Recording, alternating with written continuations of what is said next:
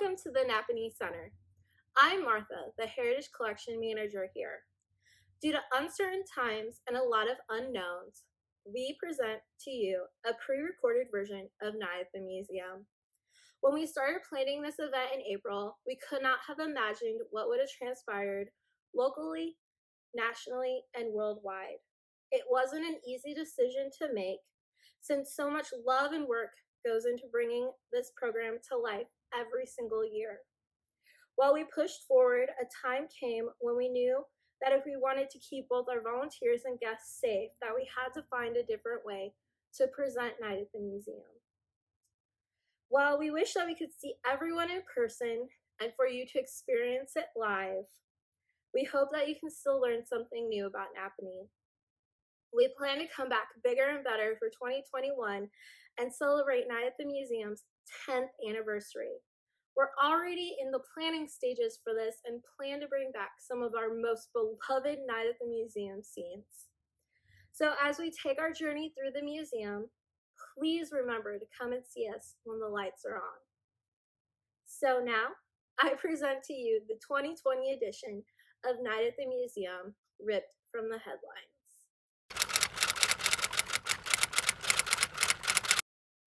John Keller was Nappanee's first photographer.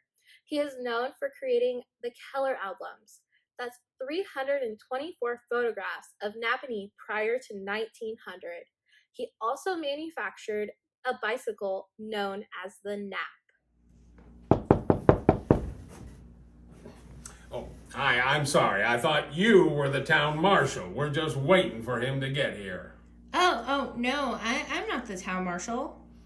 Listen, I was just waiting and hope... Is it the town marshal? No, actually, it's some folks that were kind enough to knock on the door before they come in. You don't see that so much nowadays. Well, I'm still shaking, but... Well, folks, you can come and wait inside till the town marshal comes. I wouldn't want anyone to feel unwelcome. That is, as long as you're above rifling through my husband's clothes for money. No, now, Clara. They're just being polite. Come on in. Oh, it sounds like you two had quite the night. Well, that's one way to put it. How about you start at the beginning? Oh boy, I'll tell you. Well, anyway, this fella, he broke into our house in the early morning. I think actually, lucky for us, he didn't succeed in taking anything when he left. It's not very much of a criminal. What's the point of being one if you can't actually take something with you when you John. go? Well, anyway, he had a lot of nerve coming here, I'll tell you that. This is how it began. I want to tell you when a burglar can't even burglarize. It all started when I went down to the Farmers and Trust Bank to make a large withdrawal. I had a debt I wanted to settle. Anyway, when I come home from Goshen, I figured I don't have to look forward to anything else but a good night's sleep with my wife, Clara. When did you realize that there was an intruder in your house? Well, actually, it came about when he had a lot of nerve, I'll tell you, when he reached under my pillow and lifted it up so he could look under my head to see if there was some money there. Well, about that moment, I decided I needed to get my pistol. I've always hated he's had that pistol beside the bed, but I'll never complain about that again. Anyway, I thought when that happened, I'm going to have to lie there like a dead man for a while. Then I noticed there was my pants on the floor that I wore to Goshen, and he was starting to look in there. Believe me, I always tell him to put his pants away. Well, anyway, he started rifling through the pants. He was so careless that he actually bumped up against my ankle while I was lying there. About that point, I decided I'm just going to have to shoot in his direction. But the thing is, I wanted to shoot him in the leg so he wouldn't get away, but I didn't want to terrify Clara because she'd scream, and off he'd go. So I decided I was going to have to wake up Clara by pinching her. I wouldn't call that a pleasant wake-up call. You didn't react quietly then? Heavens no! Have you ever been pinched when you were totally asleep? I screamed as anybody would. I'm guessing that let the robber get away. Yeah, it was all my fault apparently. Next time I'll be sure to be quiet when you pinch me in my sleep. Wow. Anyway, well, he left, and all the same, at least I'm wondering, what am I doing here in Nappanee? I always thought it was such a quiet town. Well, I'm sure when the town marshal arrives that he can help you more. This is certainly unusual for a place like Nappanee. Wow. Listen, it's been fun to visit with you, but you've got other people to see. And if you see the town marshal, tell him to head on over here. And if you see that feller that was here rifling my pants, you tell him to get over here and we'll discuss it man to man. Oh, John, for goodness sake. You folks have a good day. Thanks for stopping by. Well, I think that's our cue to leave. Thank you again, Mr. and Mrs. Keller.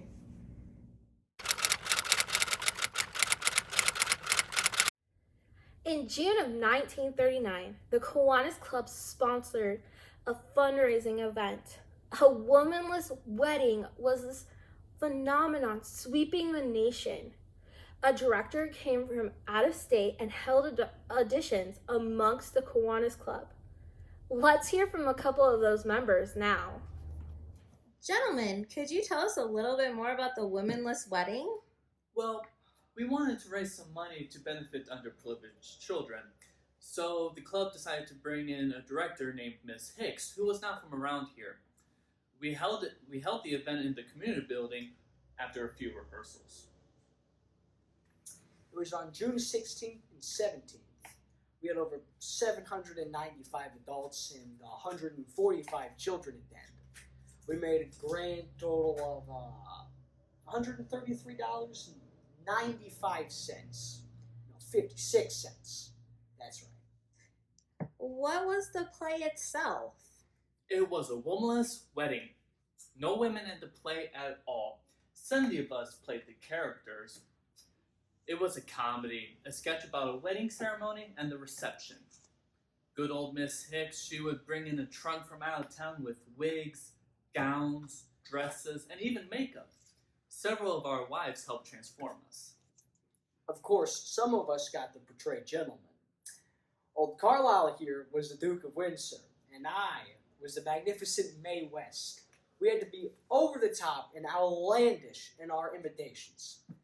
Firm Troop, he played as President Roosevelt, while Dr. Lentz, he played as Mrs. Roosevelt. Then we got Luther Hartman, who played as Charlie Chaplin. Then we got John McFall, who played as the Duchess of Windsor to my Duke. Let's see, who else do we got here?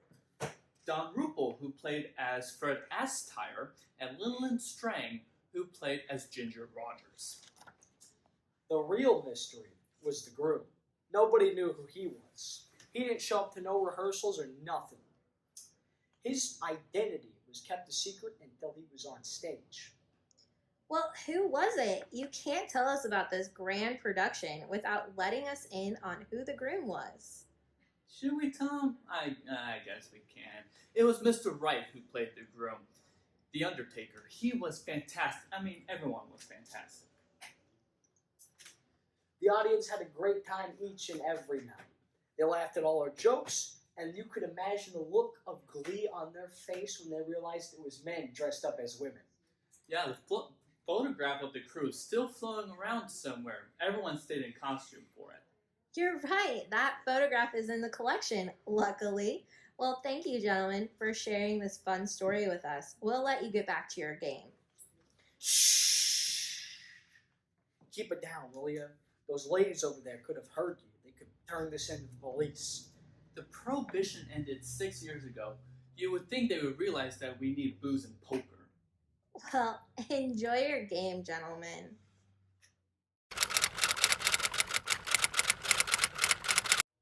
The Women's Christian Temperance Union was not the first of its kind in Nappanee.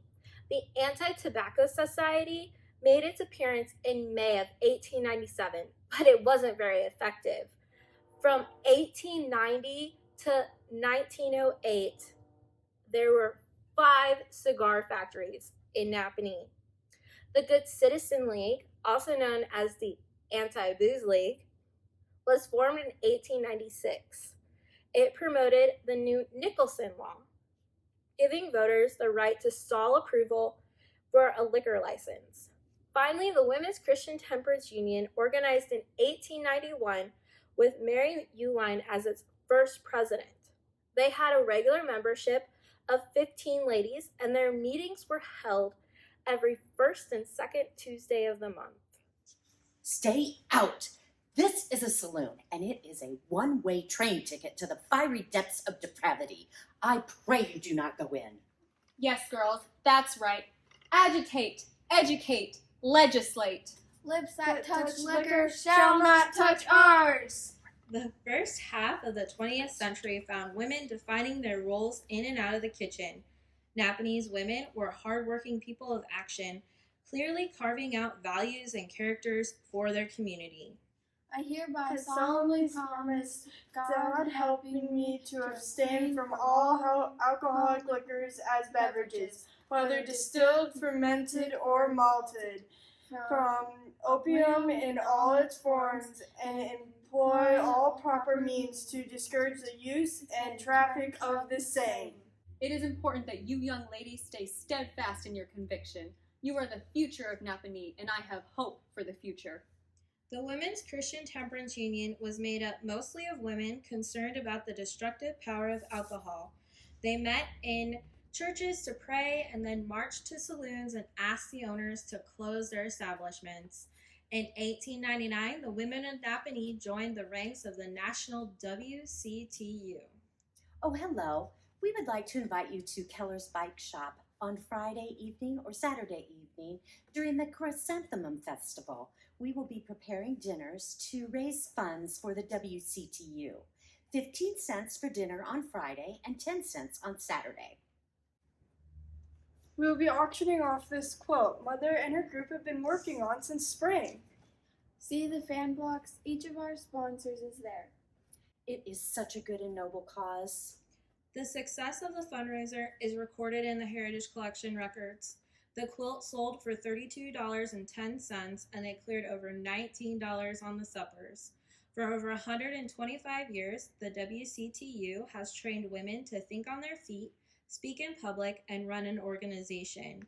The Heritage Collection records show that Nappanee's chapter was in order until 1982. The Women's Christian Temperance Union remains an internationally active organization. Please do not go in. This is a saloon. I cannot let you go in.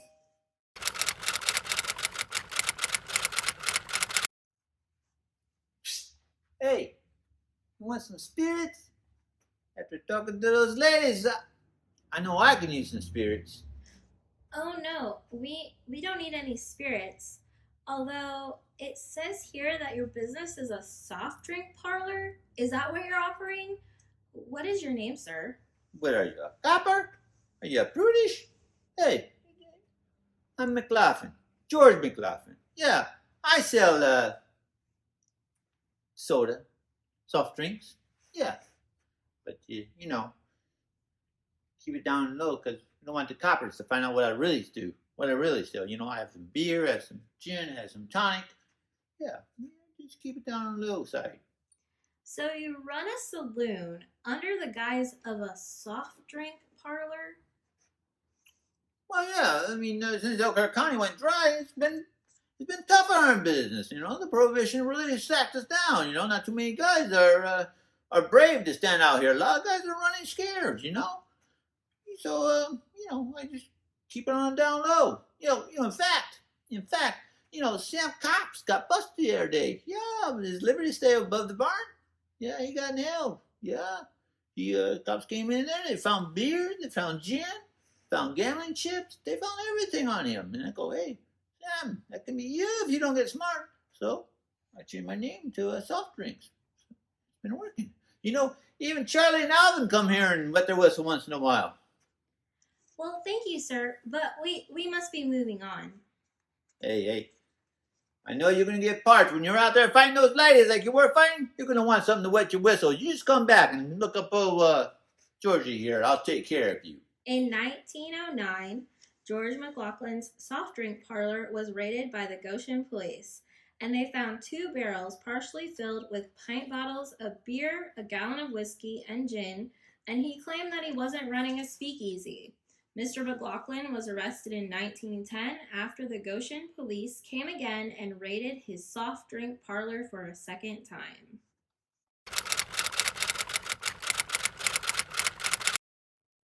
We need to be mindful of our next stop. The artist Emma Schrock was born near Wakarusa in 1924. She struggled with complications from dwarfism and spinal deformity, and consequently lived most of her life in a wheelchair. Her Old Order Mennonite community allowed her to work within her skill set. While the church forbid the depiction of human form, she was allowed to paint other subjects and sell her work to make a living. Her legacy continues in our brand new gallery dedicated to Emma, and she's now known as the Grandma Moses of Northern Indiana. She began painting at age 40 when she was given a book called You Can Paint a Picture by the Connie Gordon Method or Your Money Back. She points to this book as her inspiration. She also once stated, I live what I paint and I paint what I see. Schrock painted from childhood memories amongst the Old Order Mennonite community, such as scenes from one-room schoolhouses, barn raisings, and quilting bees. The style you see here is called folk or naive. She completed one painting a day, and it is estimated that she created over 2,000 paintings in her 25 years as an artist. Her earliest work from 1964 to 1980 is the most authentically naive and therefore most highly prized by collectors. In 1965, she first attempted to sell her paintings outside of her house and community when she exhibited her work at the Pletcher's Village Art Festival in downtown Nappanee. Her first solo exhibit was in 1979 at the Midwest Museum of American Art in Elkhart. The museum purchased 3 of her paintings, and 27 more are now part of their permanent collection. The Emma Schrock collection is a new addition to our museum, and we hope that you enjoy viewing some of her priceless work. It is an excellent example of what makes our area so unique.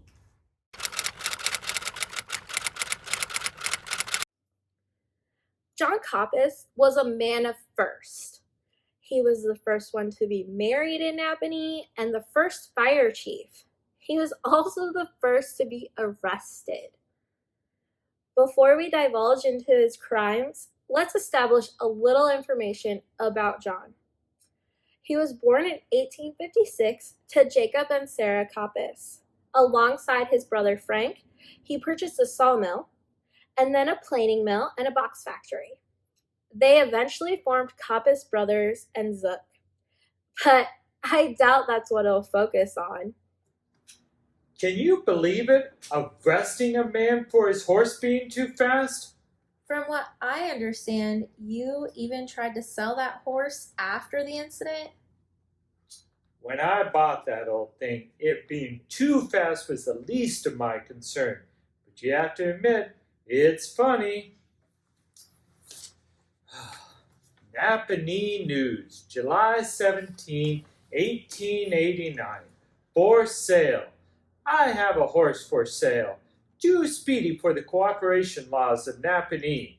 Its record is 2.5. Anyone wishing to buy will please call on the address. J.D. Kappas, Nappanee, Indiana. Your horse wasn't as fast as mine. I don't believe it. Joseph Wysong was also caught up in this debacle. He was the one racing Mr. Kappas when he was arrested. Oh, I don't know about that. I do admit the truthfulness of the charge, even if it did seem a bit dramatic. Marshal Burns stopped me, and Justice Best, he charged me with having violated the town ordinance relating to fast driving. Mr. Kappas was fined $1. They did have a warrant out for my arrest, but I voluntarily paid the fine. The ordinance, in my opinion, is just ridiculous. You know, I do see the importance of protecting foot passengers, but you'd be hard-pressed to find anyone in Nappanee that agreed with it. I hear that the best way to repeal a bad law is to enforce it. And if I had to go down for the town board to change it, so be it. They're just trying to make examples out of us. And I suppose no real harm was done. At least it's a good story to tell now, right? We're sure glad we got to hear more about it. Thank you, gentlemen, and good luck staying on the right side of the law.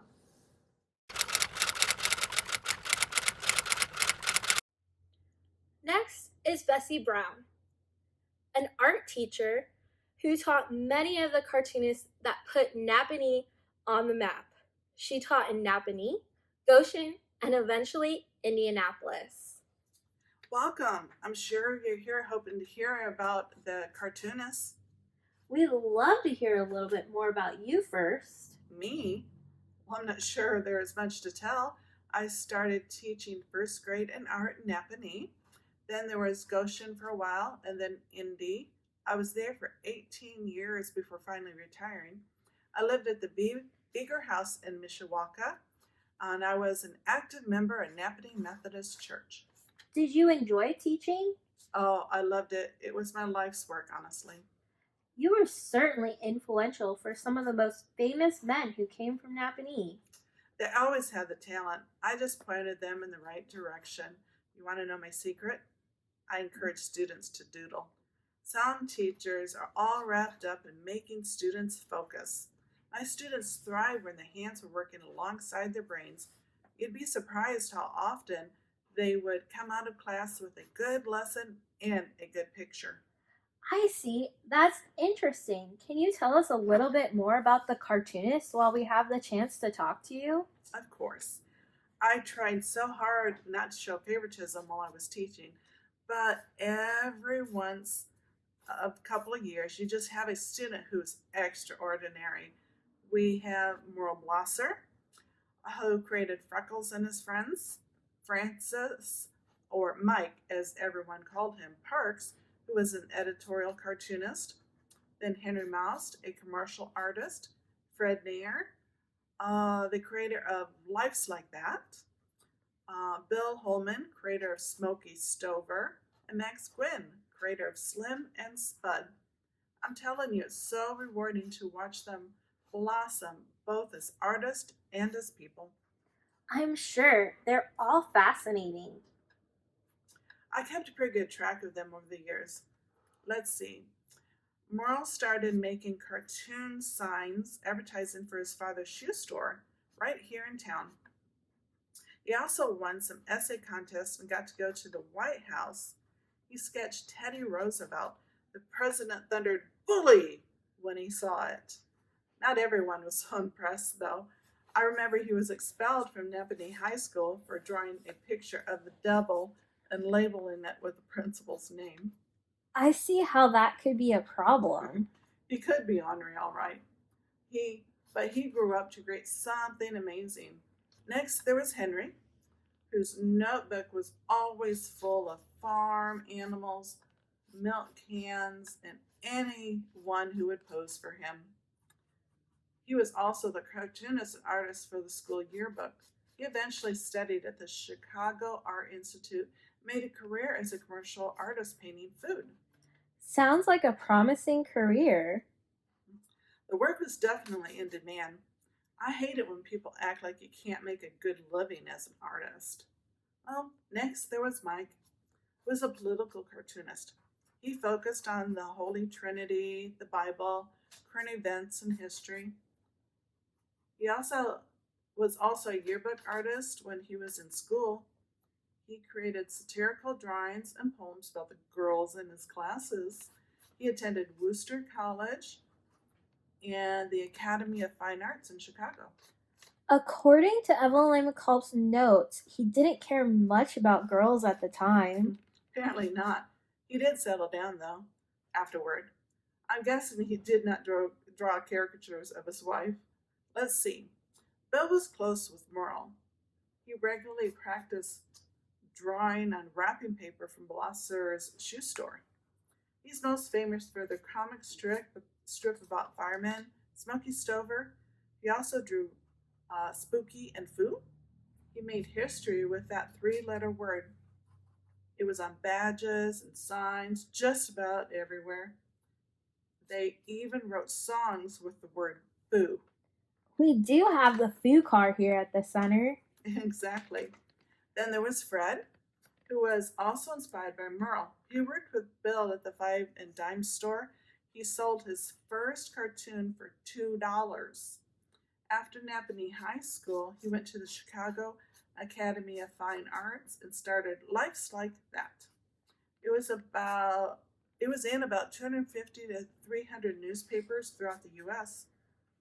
President Roosevelt, Eisenhower, and Nixon all requested originals of his work. I still can't believe that the presidents knew so many cartoonists from Nappanee. It really is something. Finally, we have Max Gwynn, the only one who stayed in Nappanee. He was another yearbook artist in the high school. He went on to attend Ball State and Chicago Academy of Fine Arts. In 1955, he started drawing Slim and Spud for Prairie Farm magazine. His work has appeared in the Saturday Evening Post and the New Yorker. He also created the Nappanee Centennial logo. Wow, something had to be in the water at Nappanee. Something, right? I'm so proud of all of them. Even though I would not have taught Max, I was tickled to learn that he was from Nappanee. It was an honor to be even a small part of their success stories. Well, thank you so much for sharing with us today, Bessie. It has been an honor. Thank you.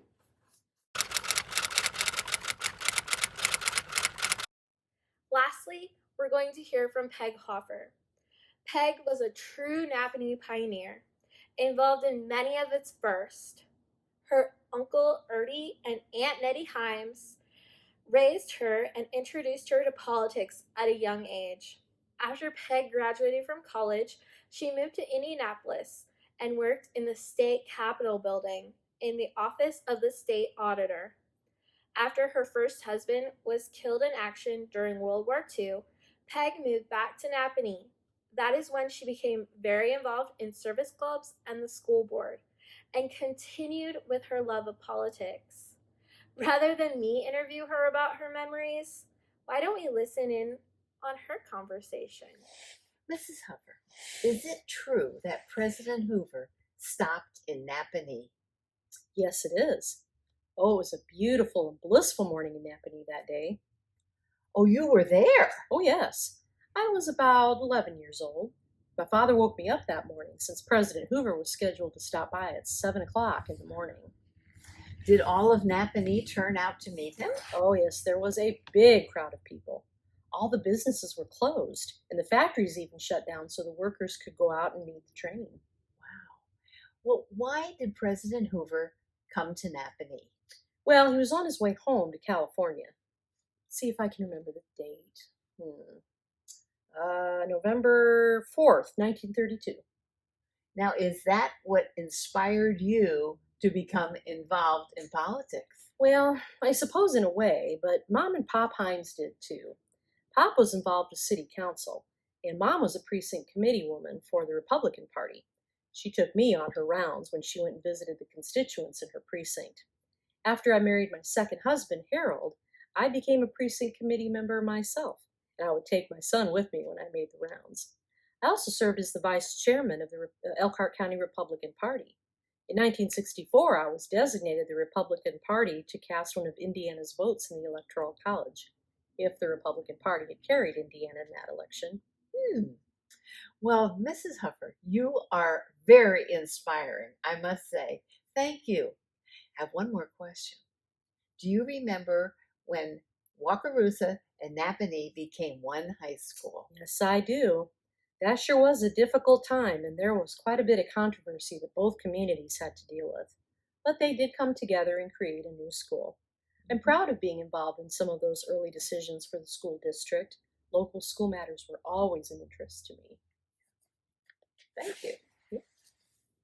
So I hope you enjoyed our virtual presentation of Night at the Museum. Like I said before, please come and see us when the lights are on. We've been newly remodeled and have new exhibits like Emma Schrock and a room dedicated to Amish Shakers. Our hours are Monday through Friday, 9 to 5, and Saturdays, 9 to 4. And during the summer, you can catch us on Sundays from 1 to 5. Thank you so much for watching, and I hope to see you next year when we can be here in person.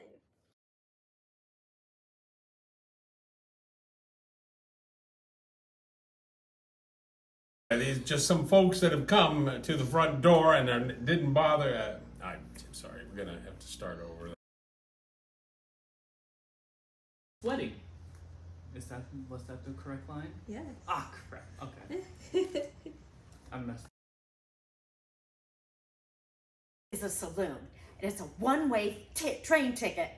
Okay. Sorry. All right. Well, you can edit this, right? Yep, I'm gonna edit it all. Scenes from one school. Yeah, I messed up. Then it would be mine. No. Oh no, it's the news. Yeah, I do.